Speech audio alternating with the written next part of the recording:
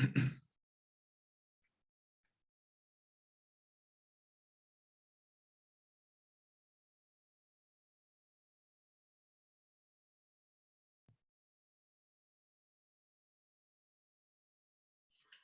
billahi mineşşeytanirracim. Bismillahirrahmanirrahim. Elhamdülillah ve salatu ve selamu ala Resulillah. Değerli arkadaşlar, İbn Kemal Paşa tefsirinin 7. dersini yapmak üzere birlikteyiz. Müfessirimizin tam adı Şemsuddin bin Ahmed bin Süleyman bin Kemal Paşa el-Rumi el-Hanefi. Tam adı bu. Efendim vefatı 934 Hicri vefatı. Efendim bu Yavuz Sultan Selim'in meşhur Şeyhülislam'ıdır. Efendim o muhteşem dönemin muhteşem Şeyhülislam'ıdır. Zembilli Ali Efendi'den sonra Şeyhülislam'lığa başlamış. Efendim muhteşem 9 ciltli bir tefsiri var. Efendim onu sizlere takdim ediyoruz. Nerede kalmıştık? Fatiha'yı okuyorduk. As-sıratal mustakim, ihdinas sıratal mustakim, as-sırata kelimesinde kalmıştık. O kaldığımız yerden devam ediyoruz. As-sıratu ket-tariki fit-tezkiri ve te'nis. Efendim muzekkerlikte ve müenneslikte sırat tıpkı tarik gibidir. Nasıl ki tarik kelimesi hem müzekker hem müennes kullanılıyorsa da efendim o da onun gibi müzekker ve müennes olarak kullanılabiliyor. Ama fil ma'na febeynehuma farkun latifun. Efendim mana bakımından ise ikisi arasında ince bir fark vardır. Ve huve o fark şudur. Enne tarika kullu ma yatrukuhu tarikun mu'taden kana ev gayre mu'tad. Ve's-sebilu min't-turuki ma huve mu'tadus suluk. Ve's-siratu mine's-subuli ma la iltiva'a fihi ve la i'vicac. Bel yakunu ala cihatil qasdi fehuve ahassu thalâthah. Ve huve o ince mana şudur. Enne tarika tarik kelimesi kullu ma yatrukuhu tarikun. Mu'taden kana ev gayre mu'tadin. İster üzerinde yürünmesi mutat olsun, yani efendim o yol mesluk olsun, üzerine yürünmesi adet halinde olsun, ister olmasın bir yolcunun girdiği yol. Kullu ma yatrukuhu tarikun. Yani her yolcunun girdiği yol demektir tarik. Efendim bu isterse mu'tat olsun, yani yürünmesi adet olsun, ister olmasın. Yani ister mesluk, ister gayrimesluk olsun. İster yürünmüş olsun daha önce, ister yürünmemiş olsun. Tarik bu. Ve sebilu, sebil ise minat turuki, tariklardan, sebil ise o yürünen yollardan sebil kelimesi ise ma huve mu'tadus suluk. Efendim üzerinde yürünmesi mutat olan, adet olan, yani herkesin gelip geçtiği yol. وَالصِّرَاتُ مِنَ السُّبُولِ sebilden, yani subul yollardan sırat ise مَا لَلْتِوَاءَ فِيهِ وَلَا عْوِجَاجَ. Efendim eğriliği, büyürülüğü olmayan مَا لَلْتِوَاءَ, yani sapması وَلَا عْوِجَاجَ وَلَا عْوِجَاجَ, eğriliği, sapması, eğriliği, büyürülüğü olmayan yol demektir. Sırat. Bel yekunu ala cihatil qasdi, efendim fehuve ahassu thalâtha. Bilakis, yani eğriliği, büyürülüğü, sapması yok. Bilakis tam dengeli, ala cihatil qasd, tam orta yol, tam dengeli yol. Yani aşırılıkları bulunmayan yol. Fehuve ahassu thalâthati, üçü içerisinden, yani sırat, daha doğrusu tarik, sebil ve sırat içerisinde en özel olan ifade sırattır. Fehuve sırat ahassu thalâthati, üçünün en özel, üçü içerisinde en özeldir. Yani en nitelikli olandır. Ve faidetu vasfihi bil mustakim enne sırata yutlaku ala ma fihi su'udun ve hubut. Peki ihdina sıratal mustakim, yani mustakim kelimesiyle nitelenmesinin faydası, mustakim, yani sıratın mustakim kelimesiyle nitelenmesinin faydası ise şudur. Enne sırata yutlaku ala ma fihi suudun ve hubud. Sırat efendim yokuşu ve inişi bulunan yol demek.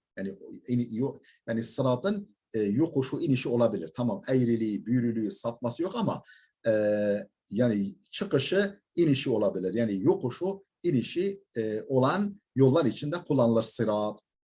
Yani sırat böyle de olabiliyor.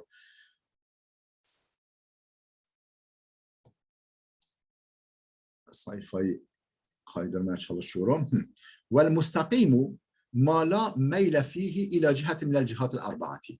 Mustakim ise efendim meyli bulunmayan, eğimi bulunmayan, efendim 4 cihetten herhangi birine eğimi bulunmayan yol. Yani ne yokuş var, ne iniş var, ne sağa sapma var, ne sola sapma var. Hiçbirisi yok. Yani mustakim bu demek. Ve aslul istikameti fi kıyam şahsi وأصل الاستقامة في قيام الشخص أن لا يكون منحنيا ولا منثنيا ولا مائلا إلى يمين أو يسار.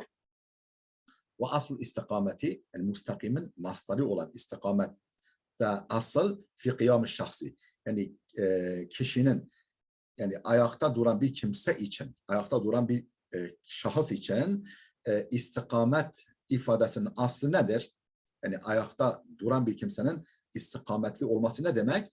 En la yekune munhaniyen ve la munthaniyen. Ne efendim eğri, ne büğrü, ne eğik olmaması. En la yekune munhaniyen, eğik olmaması ve la munthaniyen, efendim bükük, eğik, bükük olmaması ve la mailen ila yeminin ev yasarin, sağa sola meyletmiş olmaması. Yani sağa ve sola böyle eğim göstermiş olmaması. Yani ayakta duran bir kimsenin mustakimliği ne demek? Onun istikameti ne demek? En la yekune munhaniyen, eğik ve la munthaniyen, bükük ve la mailen ila yeminin ev yasarin, sağa ve sola eğimli olmaması. Sıratellezine en'amte aleyhim. Bedelun mines sıratel mustakim. Yani sıratellezine, kendilerine nimet verdiklerinin yoluna. Bizi dosdoğru yola ilet, o yoldan bedel, sıratellezine en'amte aleyhim, kendilerine nimet verdiklerinin yoluna. Bedelül kul minel kul. Ondan gramatikal olarak onun bedelidir. Bedelun mines sıratel mustakim. Ve faidetuhu, peki bizi dosdoğru yola ilet dedikten sonra neden ayrıca sıratellezine en'amte aleyhim, nimet verdiklerinin yoluna diyor? Yani bunun faydası nedir? Yani getirilmesinin hikmeti nedir? Sıratellezine en'amte aleyhim et-tevkidu lit-tekriri ve tafsilu ba'del icmal. Efendim tekittir. Yani pekiştirmedir. Niçin? Lit-tekriri. Çünkü yani tekrar söz konusu olduğu için, yani tekrardan dolayı, tekrar edildiği için ifade tevkittir, tekittir, pekiştirmedir, vurgudur ve tafsilu ba'del icmal, efendim icmaldan sonra tafsildir. Dosdoğru yola ilet. Efendim bu biraz çok mucmeldir, çok müphemdir. Mücmel ve müphemdir. Efendim sıratellezine en'amte aleyhim olunca hem izah olmuş oluyor, hem tafsil olmuş oluyor. Yani icmaldan sonra, öz ifadeden sonra detaylandırmadır. Biraz daha açmadır. وأطلق الإنعام لينتظم كل نعم. وأطلق الإنعام لينتظم كل نعم. Yani sırat الذين أنعمت عليهم. Yani burada nimet verdiklerinin yoluna derken bu nimetler mutlak bırakılmış. Yani inam mutlak bırakılmamış. Yani hangi nimet olduğu belirtilmemiş. Yani mutlak olarak kayıtsız bir şekilde nimet, tırnak içinde nimet verdiklerin denilmiş. Yani inam kelimesi, en'amte'nin mastarı olan inam kelimesi mutlak söylenmiş. Yani hangi nimet olduğu belirtilmeden söylenmiş. Niçin? Liyantazime kulle ni'amin, ta ki her türlü nimeti içine alsın. Her türlü nimeti efendim ipine dizsin. İçinde yani üzerine taşısın. Yani, içine alsın diye.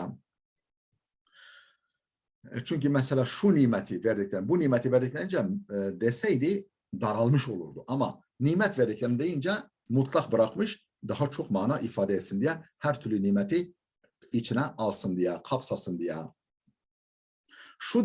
Şuddidetil lamu fillezine لأنها لامان والأصل لذن مثل عم ثم دخلت الألف واللام للتعريف ve teşdidu min ecli zalik.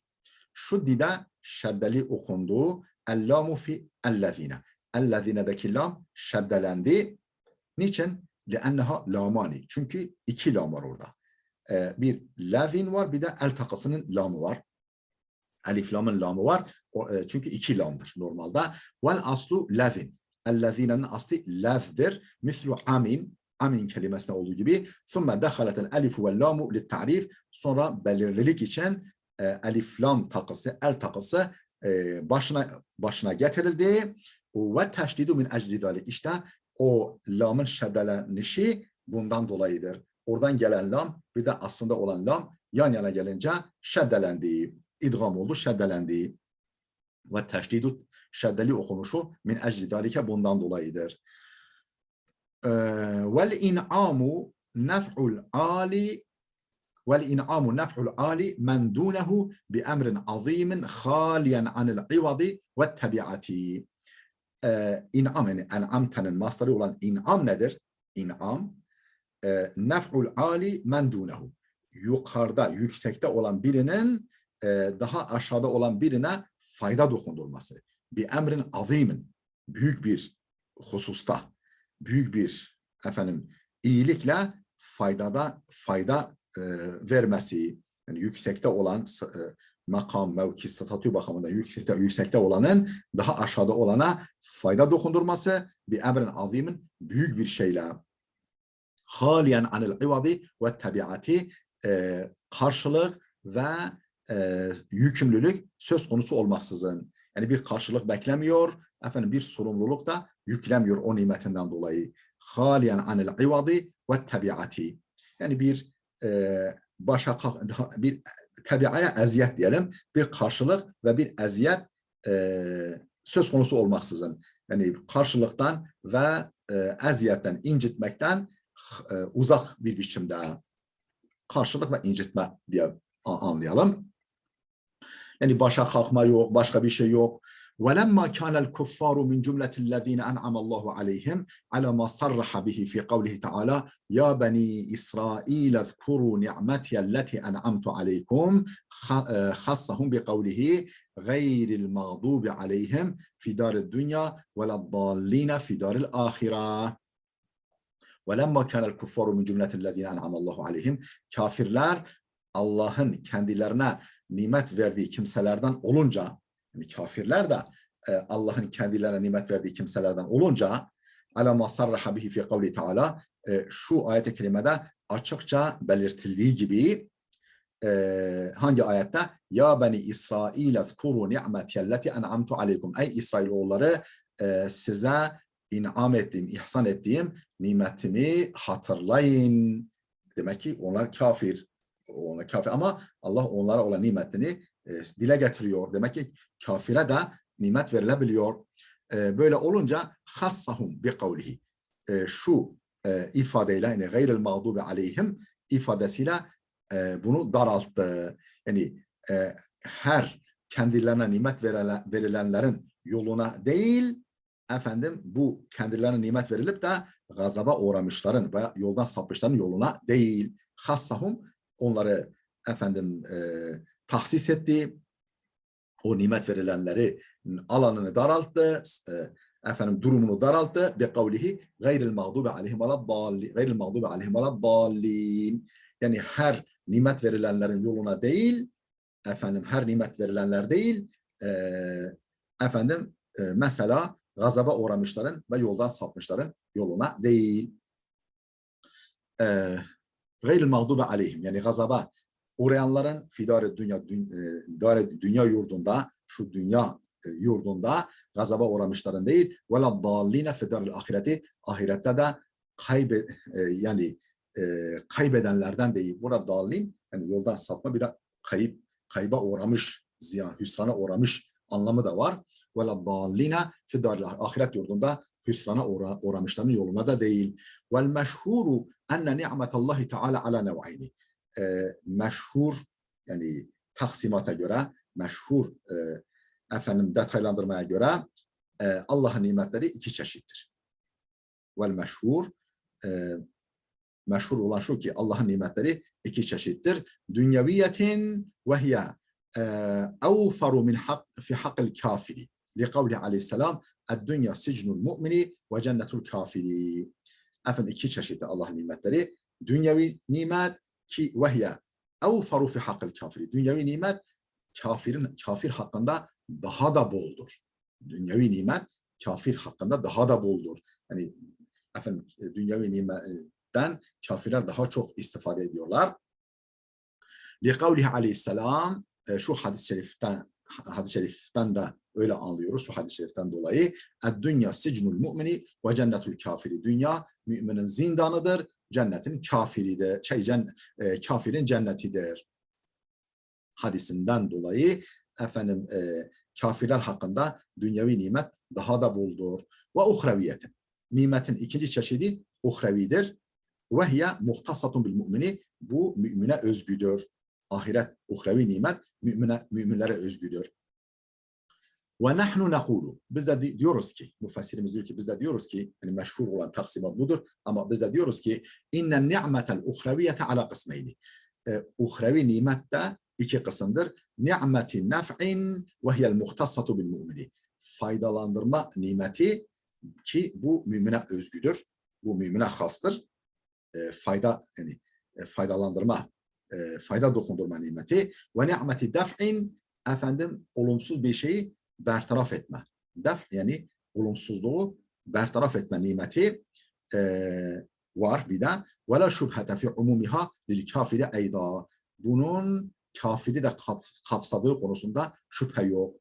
Bu efendim gelebilecekken bir takım olumsuzluklar onun engellenmesi suretiyle nimetin kafirler için kafirleri de kapsadığında şüphe yoktur. Niye? Şimdi açıyor. لأنه تعالى لا يعذب كافرا من الكفار بنوع من العذاب إلا وهو قادر على أن يعذبه بأشد منه. لأنه çünkü Allah Teala kafirlerden bir kafiri bir çeşit azapla azaplandırmaz ki, yani kafirlerden birine bir azap çeşidini vermez ki, verirse illa ve huve kadirun ala en yuazibehu bi eşedde minhu, mutlaka ondan daha fazlasıyla onu azaplandırmaya kadirdir.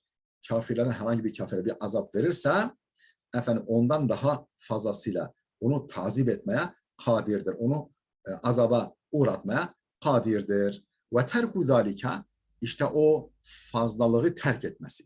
Yani kadirken o daha fazla azabı etmemesi ni'metu tahfifin minhu ta'ala aleyhi. O kafire yönelik azabı tahfif nimetidir. O kafire yönelik azabı hafifletme nimetidir. Gayril mağdubi aleyhim veleddallin. Var ya işte o gayri kelimesini açıklıyor. Gayri sıfatun mukayyidetun. Ey cema'u beynen ni'meti ve selameti minhuma. Efendim gayri sıfatı mukayyidedir. Ne demek sıfatı mukayyide, onu açıklıyor. Yani sıratal lezine en'amte aleyhim gayril mağdubi aleyhim veleddallin. Yani kayıt altına alıyor. Tahsis ediyor. Efendim o nimet verenlerin sayısını, alanını daraltıyor. Gayri sıfatun mukayyidetun. Ey, ne demek sıfatı mukayyide? Ey cema'u beynen ni'meti ve selameti minhuma. Yani nimetle bu ikisinden. Yani gazab-ı ilahiden ve dalaletten. Gazab-ı ilahiden ve dalaletten selametlik, salim olma nimetini kendilerine toplayanlar. Yani bunlar kimlerdir? Ey cema'u beynen ni'meti, yani nimet ila ve selameti minhuma, o iki şeyden, yani gazaptan ve dalaletten salim olmayı kendilerine bulunduranların yoluna. Yani nimete mazhar olmuş, aynı zamanda o ikisinden, yani gazaptan ve dalaletten selamette kalmışlardır. Yani bu ikisini kendilerine bulunduranların yoluna demektir. Ve innema vasafa'l ma'rifete bi gayri tenzilen lil mevsuli menzileten nekireti iz lem yuqsad bihim lem yaksud bihi ma'huden ev raf'an li gayri ila dereceti marifeti. لزوال إبهامه بالإضافة إلى ما له ضد واحد. Şimdi şöyle bir kura mesela bakınız. İhdina sıratal mustakîm sıratal lezîne en'amte aleyhim gayril mağdubi aleyhim veleddâlin. Bu sıratal lezîne, bu gayri kelimesi ellezînenin sıfatıdır. Ellezînenin sıfatıdır. Yani malumunuz ellezîne marifedir. Belirlidir. Efendim onun sıfatı da marife olması lazım. Halbuki bu gayri kelimesi acaba marife midir, değil midir? İşte onu tartışıyor. Ve innema vasafel marifete bi gayri marife, yani ellezine marife olan ellezineyi gayr kelimesiyle yani nitelemesi, yani gayr kelimesini ellezine sıfat yapması li tenzilen lil mevsuli menzileten nekireti. O ellezine ism mevsulunu efendim nekre isim seviyesine indirmesinden dolayıdır. İndirmesinden dolayıdır. Yani indirmesiyledir. O ellezine tam marife değil. Tenzilen lil mevsul, o ism mevsul olan ellezineyi indirgemesi yöntemiyledir. Menzileten nekireti, belirsiz isim efendim konumuna. Nasıl oluyor bu? İzlem yaksıt bihi ma'hude. Çünkü belirli bir kimse onunla kastetmiyor. Efendim sıratel lezine en'amte aleyhim, nimet verdiklerinin yoluna. Kimdir o nimet verilenler? Burada belli değil. İzlem yaksıt bihi ma'huden, ma'huden yani muayyen, ma'hud. Yani zihnimizde böyle canlanan, mevcut bir kimseyi kastetmemiştir. İzlem yaksıt bihi ma'huden. Ev raf ya ellezineyi nekre derecesine indiriyoruz. Gayr de zaten nekredir. Efendim iki nekre birbirine yakışır. Gayr kelimesi ellezine sıfat olabilir. Bu birinci yol. Ev raf'an li gayri ila derecetil marifeti. Yahut da gayrin statüsünü yükseltiyoruz. Gayr kelimesini marife derecesine yükseltmekle. Peki bu nasıl oluyor? Li zevali ibhamihi bil idafeti ila ma lehu daddun vahidun. Efendim gayr kelimesinin bir tek zıddı bulunan bir şeye izafesiyle müphemliğinin kaldırılması. Efendim gayr kelimesi müphemdir. Yani tam nekredir. Ama efendim bir tek bir zıddı bulunan bir şeye muzaf olursa o zaman marifeleşebiliyor. Yani aleyke bil hareketi gayri sukun. Aleyke bil hareketi gayri sukun. Yani sana hareketi öneririm, sukunu değil. Bak yani durmadan hareketi öneririm sana. Efendim bak gayri sukun. Gayr kelimesi nekredir ama es-sukun kelimesine muzaf olur. Sukunun da bir zıddı var, o da harekettir. İşte bu şekilde tek bir zıddı bulunan bir kelimeye muzaf olduğunda gayr kelimesi marifeleşiyor. Bu da öyle. Gayril mağdubi aleyhim veleddallin deyince efendim bir tek zıddı bulunan bir el mağdubi aleyhim veleddallin tek bir zıddı var. Efendim ona muzaf olmakla gayr kelimesi marifeleşmiş. Yani müphemliği zail olmuş. Li zevali ibhamihi, müphemliği zail olduğundan dolayı ne ile? Bil idafeti ila ma lehu daddun vahidun, tek bir zıddı bulunan bir kelimeye izafe edilmesiyle, muzaf kılınmasıyla. İ'lem enne gayran leha thalâthetu mevâdi'a. Bil ki bu gayr kelimesinin 3 konumu vardır. Gayr kelimesi 3 konumu vardır. 3 durumu, 3 konumu vardır. Ahaduha en taqa'a mevqi'an la tekunu fihi illa marifeten. Efendim öyle bir yerde gelmesi ki ancak marife. Yani ancak marife olabilecek bir yerde gelmesi. Öyle bir yerde geliyor ki ancak marifedir. Yani böyle nekre falan olması söz konusu değil. Ve zalike, şöyle ki ve zalike bu ne zaman böyledir? İza uride biha şey'un kad urife bi mudaddetil mudafi ileyhi fi ma'nen la yudadduhu fihi illahu. Ve zalike bu iza uride biha, o gayr kelimesiyle murad edilirse, o gayr kelimesiyle kastedilirse şey'un bir şey kad urife bi mudaddetil mudafi ileyhi, muzafun ileyhin zıddıyla bilinen, muzaf ileyhin zıddıyla bilinen, kad urife bi mudaddetil mudafi ileyhi. Yani o gayr kelimesi efendim gayr muzaf, ondan sonraki muzaf ileyh gelir. قد عرف بمضادة المضاف إليه في معنى لا يضاده فيه إلا هو. Öyle bir manada ki ondan başka onun zıddı yok. Yani şöyle diyelim, daha önce de söylediği gibi tek bir zıddı bulunan, başka zıddı bulunmayan bir kelimeye muzaf olmasıyla belirlenen. Kad urifa, yani marife hale geliyor, bilinir hale geliyor. Bi mudaddetil mudafi ileyhi fi ma'nen la yudaduhu fihi illahu. Öyle bir kelime muzaf oluyor ki kendisinden başka onun zıddı yoktur. Veya o muzaf ileyhin tek bir zıddı vardır diye bir ifadeyle. Kema izâ kulta marartu bi gayrike. Senden başkasına uğradım. Marartu bi gayrike. Senden başkasına uğradım. Eğer o senden başkası derken yani zihinde belli bir kimse ise o zaman bir gayr kelimesi marifeleşiyor. Çünkü o ma'huddur. Yani ma'hud. Yani o ahd ma'lumdur o. Marartu bi gayrike, senden başkasına uğradım. Yani sana değil, o öbür adama uğradım gibi oluyor. Yoksa senden başka herkese uğradım anlamında değil. Zaten açıklıyor bunu. Ey el ma'rufu bi mudaddetika. Yani senin zıddınla ma'ruf. Senin zıddınla ma'ruf. Diyelim ki mesela şöyle bir örnek verelim günlük hayattan. Diyelim ki köyde 2 tane ağa var. Tamam mı? Ötekine gittim. Sana gelmedim. Senden başkasına gittim. Yani başkası deyince zaten o rakip ağadır yani. Daha rahat anlaşılsın diye örnek verdik. Ey el ma'rufi bi mudaddetika. Senin zıddınla, sana ters düşmekle maruf olan kimse. İlla enneha fi hâzâ la tecri sıfatan. Şu kadar var ki bu durumda sıfat olamaz. Fetuzkara gayre cariyetin alel mevsuf.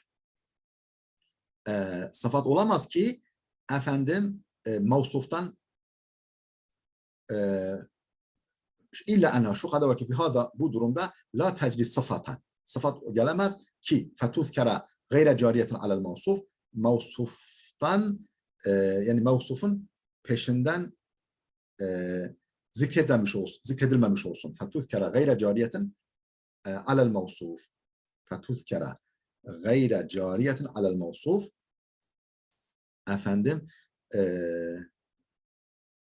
Fetuzkara gayre cariyetin yani cariye demek peşinden gelmek arkadaşlar. Fetuzkara gayre cariyetin alel mevsuf. Yani mevsufa gayre cari. Yani mevsufun peşinden gelmemek suretiyle zikredilsin. Yani sıfat olmaz bu durumda diyor. Yani mesela marartu bi gayrika dediğin zaman bi gayrika, o gayri kelime neye sıfat olacak? Yani sıfat olmaz. Es-salisu, üçüncü durumu, gayr kelimesi üçüncü durumu, en taqa'a mevki'an tekunu fihi nekiratan taratan ve ma'rifeten uhra. Öyle bir yerde gelmesi ki, öyle bir konumda yer alması ki gah nekre olur, gah marife olur. Taratan ve uhra, yani gah nekre, gah marife olabilecek bir yerde gelmesi. Nasıl oluyor bu? Kema izâ kulte marartu bi raculin kerimin gayri le'im. Ben kerim olan bir adama uğradım, gayri le'im. Kerim bir adama uğradım, gayri le'im. Yani le'im olmayan, yani kötü, karaktersiz olmayan iyi bir adama uğradım. Ve akilen gayri cahil. Cahil olmayan, yani akile uğradım, o akil ki cahil değil.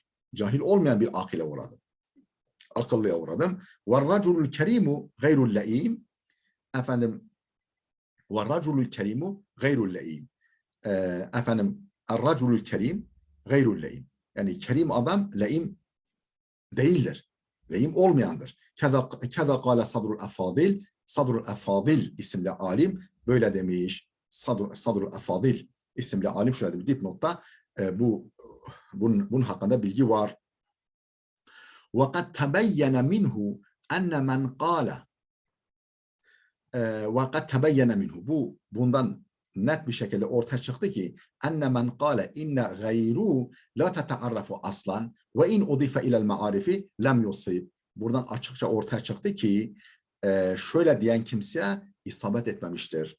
Şöyle diyen kimse isabet etmemiş. Ne diyen? İnne gayru la tetearrafu asla. Ve in udife ilel maarifi.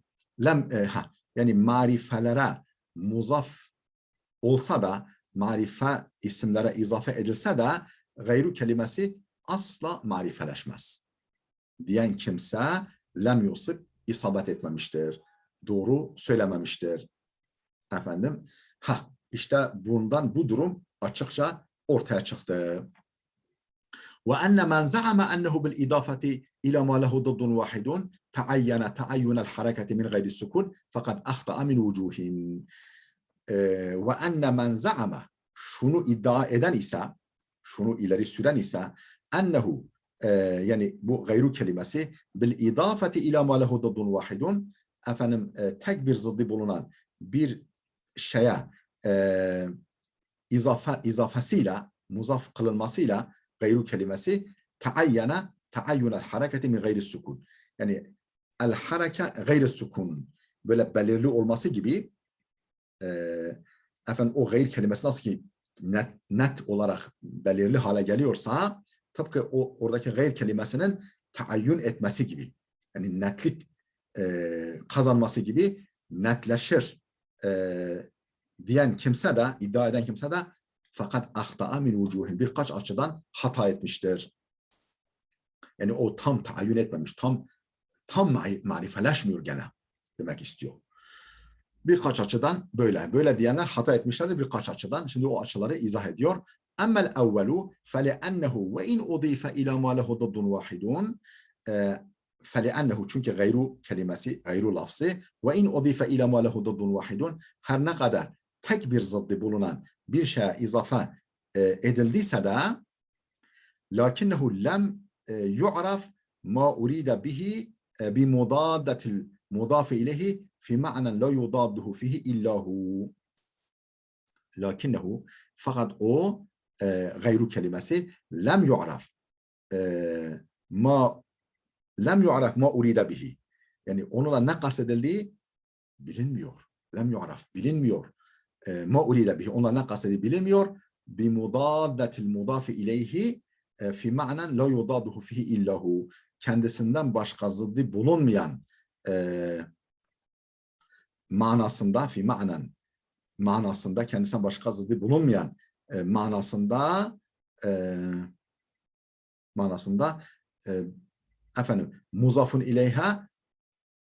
ileyhin zıddı olmakla, bi mudaddetil mudafi ileyhi fi ma'nen la yudadduhu fihi illahu, yani illa gayru, gayrudan başka zıddı bulunmayan manada efendim muzafun ileyhin zıddı olmakla, yani zıddı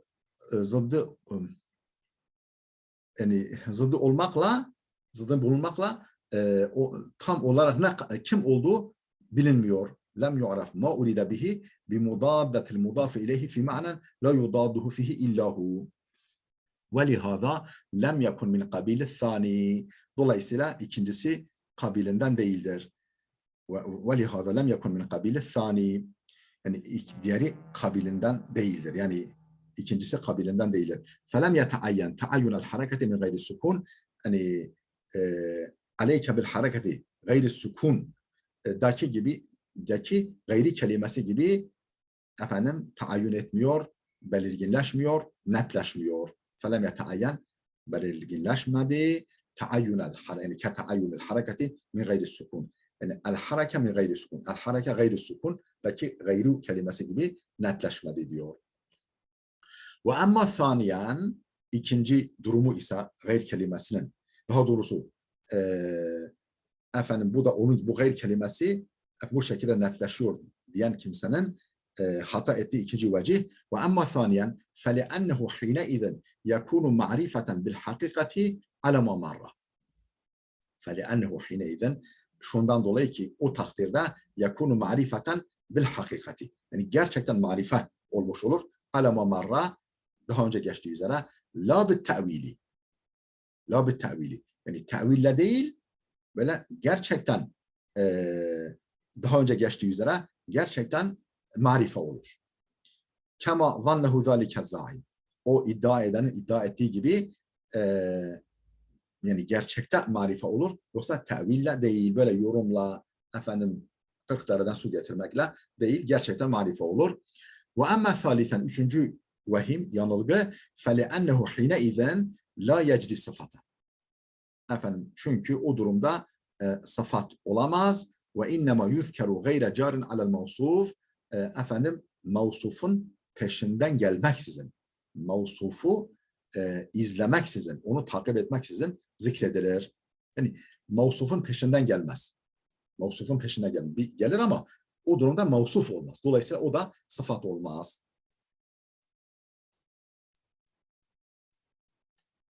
Evet.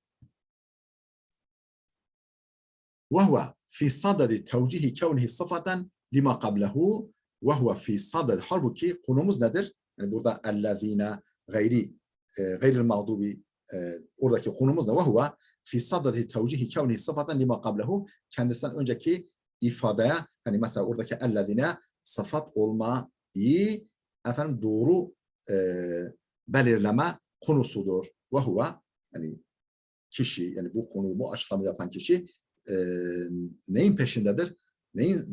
Hangi konuyu ele alıyor? Ve huve o fi sadati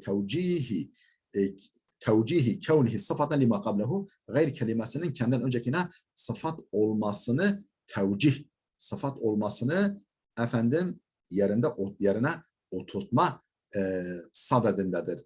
O bu konuyu işliyordur. Dolayısıyla bu konumuzla alakası yok demek istiyor.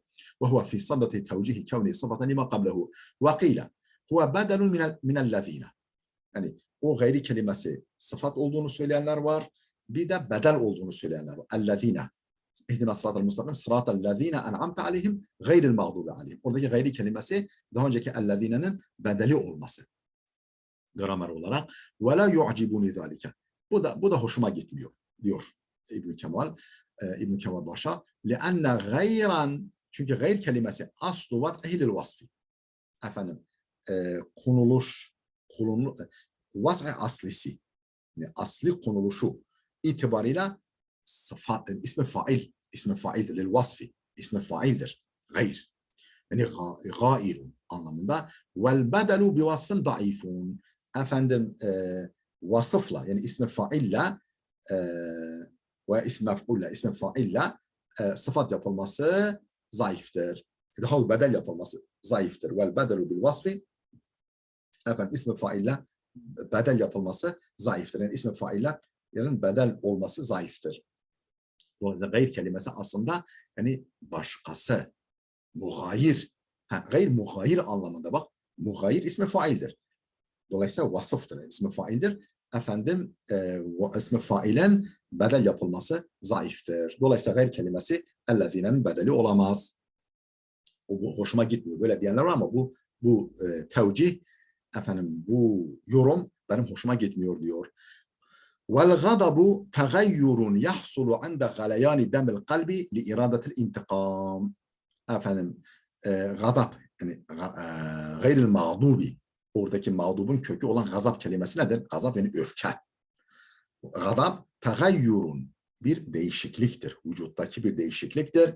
Yahsulu meydana gelir. Inde galayani demil kalbi kalpteki kanın kaynaması, coşması, kalpteki kanın kaynaması, coşması sırasında meydana gelen, hasıl olan bir değişikliktir. Li iradetil intikam. Peki niye o kalpten kan böyle galeyana geliyor, coşuyor, taşıyor? Niçin?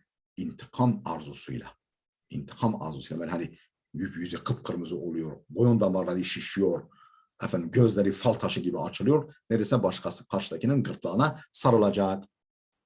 İşte gazap budur. Vel kanunu fi emsali hada bu gibi hususlarda kural enne cemi'al a'radin nefsaniyeti misle el-rahmeti vel-ferahi vel-sururi vel-gadabi vel-haya'i vel-tekebburi vel-istihza leha evailu ve leha nihayatun. Enne cemi'al a'radin nefsaniye bütün nefsani arazlar. Yani araz ne demek? Yani böyle peyda olan haller. Yani nefse peyda olan, arız olan bütün durumlar mesela er-rahme, acıma, vel ferah sevinme, ferahlanma, ve surur sevinç, vel gadab öfke, vel haya utanma, ve tekebbür büyüklenme, vel istihza yani küçümseme, karşı tarafını küçümseme, bu gibi nefsani arazlar, leha evailu ve leha nihayatun. Bir başlangıç halleri var, bir de sonuç halleri var. Yani bir reaksiyon durumları var, bir de o reaksiyonun sonundaki hareket var, aksiyon var. Bir reaksiyon var, bir de aksiyon var. Evail yani reaksiyon dönemi, tepki dönemi ve leha daha tepki dönemi ve leha nihayatun. Bir de nihayeti var yani. O temel halet ruhiyenin sevk ettiği durum var. Ve leha nihayatun. Ve yetebeyyenu zâlike fil gadab. Bu gazap kelimesinde ve yetebeyyenu zâlike fil gadab, bu mesele gazap üzerinde netlik kazanır. Yani gazap kelimesiyle bunu netleştirelim. Şimdi açıklıyor. Fay tafsiliye. فَاِنَّ لَهُ غَلَيَانَ demi. Kişinin mesela kanının coşması. Yani beynine kan beynime sıçradı diyoruz ya. Kan beynime sıçradı. فَاِنَّ لَهُ غَلَيَانَ demi. O öfkelenen kimsenin kanının kaynaması var. وَغَايَتُهُ bunun sonucu ise iradatu isalı dararı ilel mağdubi aleyh. Gazap ettiği kimseye zarar dokundurma iradesi.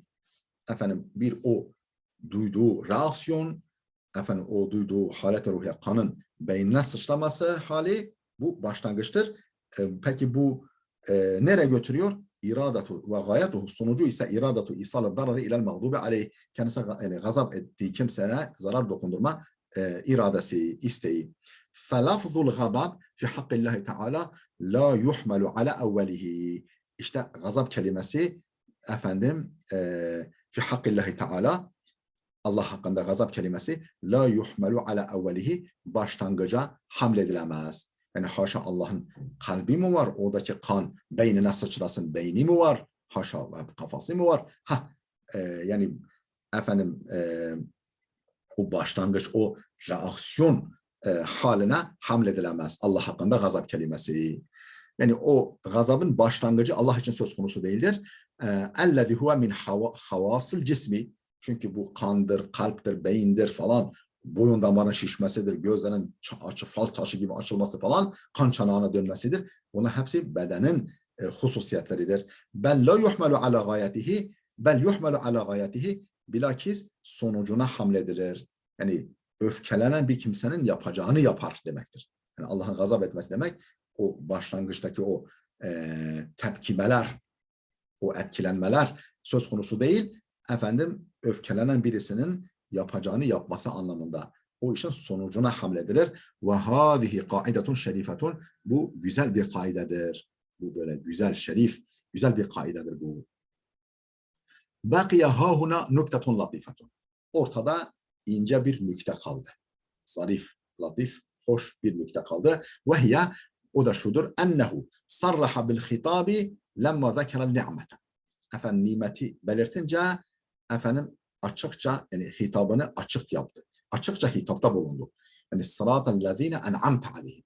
Yani senin nimet verdiklerinin yoluna. Yani Allah sarraha bil hitabi lemma zekerel ni'mete, nimeti zikredince hitabı açıkça yaptı.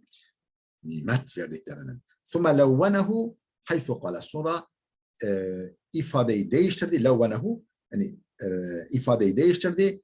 Şöyle diyerek ifade ediyor. Gayril mağdubi aleyhim gayril mağdubi aleyhim, gazaba uğramışların değil. Ve lem yakul gayrillezine gadibte aleyhim, gazap ettiklerinin yoluna değil demedi. Gazaba uğramışların yoluna dedi. Atfan alel evveli, yani birincisine atfan, yani sıratellezine an'amte aleyhim gayri men gadibte aleyhim demedi. Yani birincisine atfan öyle demedi. Feca'a bil lafzi munharifen bihi an zikril gâdib. Gazap edeni zikretmekten sapma göstererek. Yani gazap edeni zikretmekten kenar durarak lafzı getirdi. Lafzı öyle getirdi ki gazap edenin kim olduğu belirtilmiyor. Feca'a bil lafzı munharifen bihi, yani biraz eğerek an zikril gâdibi, gazap edenin adını anmaktan biraz uzak durarak lafzı getirdi. Feesneden ni'mete ileyhi lafzan, açıkça telaffuzda nimeti Allah'a isnat etti. Ve zeva anhu lafzal gadabi, gazap lafzını ondan uzak tuttu. Tahassunen ve lütfen, tahassunen böyle güzel davranmak ve nazik, latif ve hoş davranmak için tahassune ve lütfen, bu mef'ulü eclihidir. Yani edeben diyelim. Edeben, hoş bir tutum ve ince bir tutum sergilemek için böyle yaptı. Eyle. Yani bil evveli el Yahuda li kavlihi Teala fi kıssatihim feba'u bi gadabın ala gadab. Denilmişti ki birincisiyle Allah kimi kastediyor? Yani el mağdubi aleyhim, birincisiyle Allah kastediyor. El Yahuda, Yahudileri kastediyor. Nereden biliyoruz? Le kavlihi Teala fi kıssatim, çünkü Allah onlar hakkında şöyle buyurmuş. Feba'u bi gadabın ala gadab. Onlar gadab üzerine gazaba uğradılar. Ve bithani, ikincisiyle en-Nasara, Hristiyanları kastetti. Le kavlihi Teala fi hakkihim, çünkü Allah onlar hakkında şöyle buyurmuş. قَدْ ضَلُّوا مِنْ قَبْلُ وَأَضَلُّوا كَثِيرًا. Daha önce yoldan saptılar ve çok kimseyi de onlar yoldan saptırdılar. Hristiyanlar hakkında bu ayet. وَهَذَا عَلَى وَفْقِ مَا رُوِيَ عَنْهُ aleyhisselam. Bu da peygamberden nakledilen şu hadise de uygundur. وَهَذَا عَلَى وَفْقِ, yani muvaffaktır, uygundur. مَا رُوِيَ عَنْهُ aleyhisselam. Hatta peygamberden gelen şu rivayete de uygundur.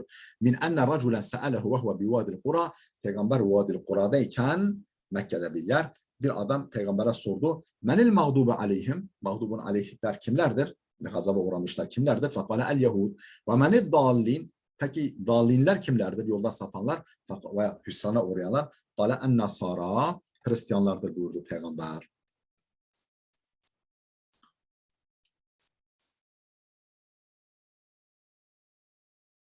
Efendim, fein kulta, eğer desen ki keyfe fessara zalike ve kilel ferikayni dallun ve mağdubun aleyhi ve mağdubun aleyhim.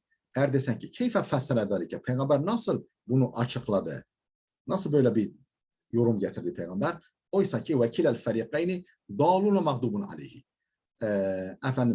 Çünkü halbuki her iki grupta hem daldır, yoldan sapmış, hüsrana uğramış, hem de gazaba uğramışlardır. Yani al birini vur ötekine. İkisi de aynıdır. Yani ikisi de hem yoldan sapmışlardır hem de gazaba uğramışlardır. Neden birisi o işte onlar bunlar, öbürleri bunlar dendi? Kultu, derim ki hassa kulle feriqin minhum bi sıfatin kânet aglabe aleyhim.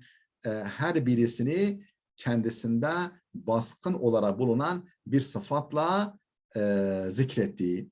Yani özellikle her birisini kendisinde baskın bulunan bir sıfatla özellikle zikretti.